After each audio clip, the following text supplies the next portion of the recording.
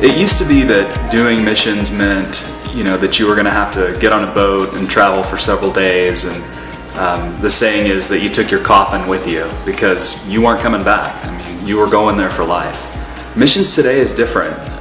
The ends of the earth are at our doorstep now, and whether it means you're taking a plane to another people group or just having a barbecue with your neighbors on the street, mission is about a lifestyle.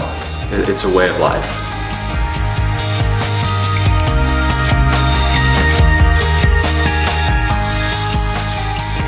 I really knew pretty early on that, in going to medical school, that I wanted to use my career for mission.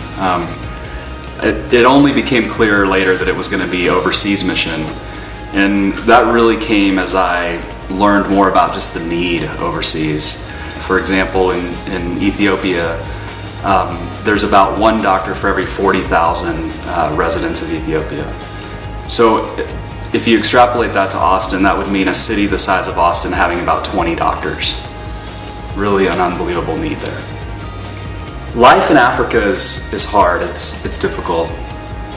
The first time that we ever went to Africa, we went on a short-term trip, and the thing that really stuck out about that trip was just the difficulty of it. We were sleeping on the ground. We were eating strange things we'd never eaten before, like goat. We both got sick at some point during it.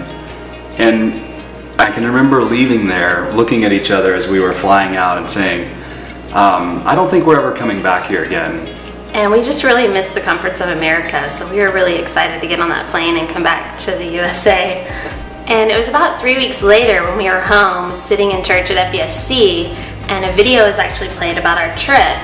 And both of us, after the service, just talked about how we felt a really strong call in our hearts that we had to go back there because we saw these friends that we had made, and God had knit these relationships together in Jesus Christ, and we knew that He was calling us to go back at that moment.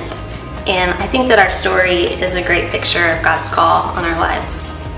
So after that Sunday, we started thinking about, okay, well, we really do need to go back to Sudan. We need to go on another trip. And so we put together a team of people and we went back to Sudan. I think the big difference of the second trip was the relationships that had been formed on that first trip. Those were beginning to flourish, and we were happy to see our friends and the Sudanese friends that we had made. We were happy to see them again, and to continue helping them in church planting and discipleship. One of the real blessings was that as we went on more and more of these trips to Sudan, we actually saw the church growing. We saw the numbers of people increasing, and we saw the health of the community improving, and that was just really encouraging and exciting to be a part of and participate in.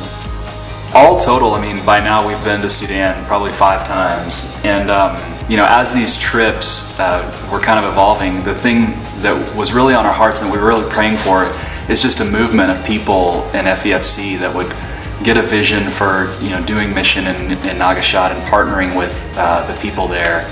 And really we began to see that happen, and it was really great to see people using their skills, all different professions and trades, coming over to Nagashat to help. And the other thing that we were really praying for is that folks that went on these trips with us, and ourselves included, that when we came back to Austin, that we would really know what God was calling us to do here in Austin.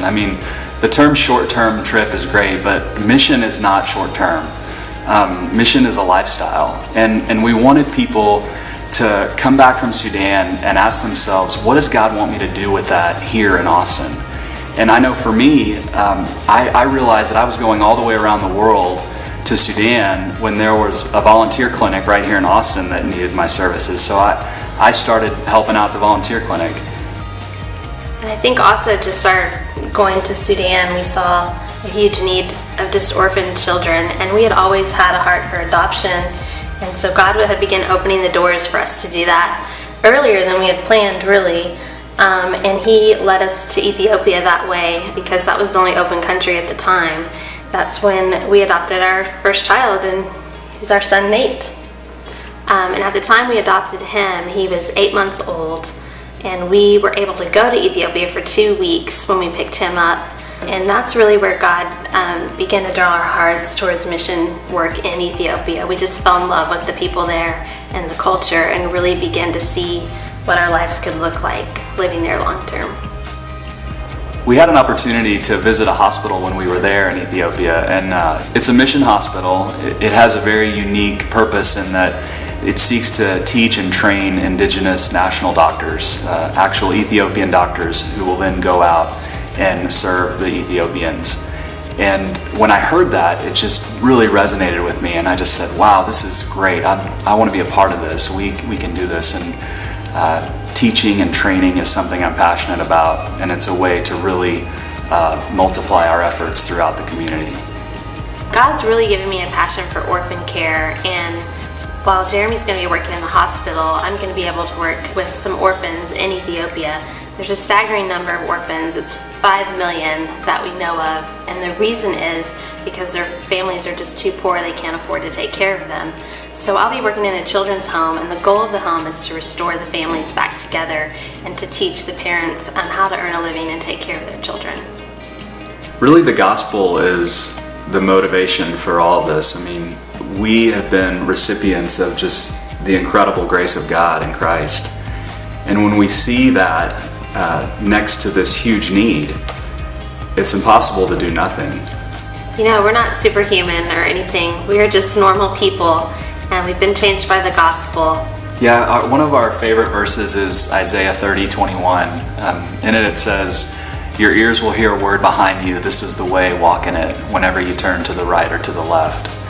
And the reason that verse has meant a lot to us is because we don't know what's coming, but it's exciting, and we're just taking it one step at a time and trusting that God will continue to show us the way as we go on this mission.